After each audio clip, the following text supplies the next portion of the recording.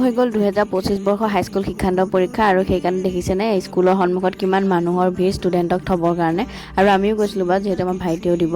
আৰু এইফালে আহিলোঁ সন্ধিয়া সময়ত মূৰটো ধুইছিলোঁ সেইকাৰণে বোলো চুলিখিনি শুকুৱাই লওঁ কাৰণ আজি যাম আমি থিয়েটাৰ চাবলৈ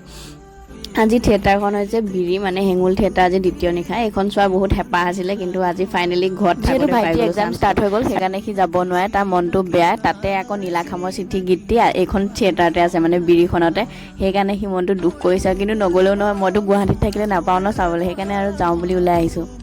আৰু এইফালে থিয়েটাৰৰ মানুহ হৈছে আৰু ষ্টাৰ্টটো হৈ গ'ল আপলোড কৰা দেৰি হ'ব পাৰে দেই নীলাখামৰ চিঠি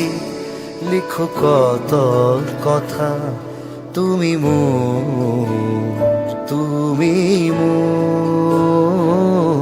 জীৱনৰে আহিবা সকা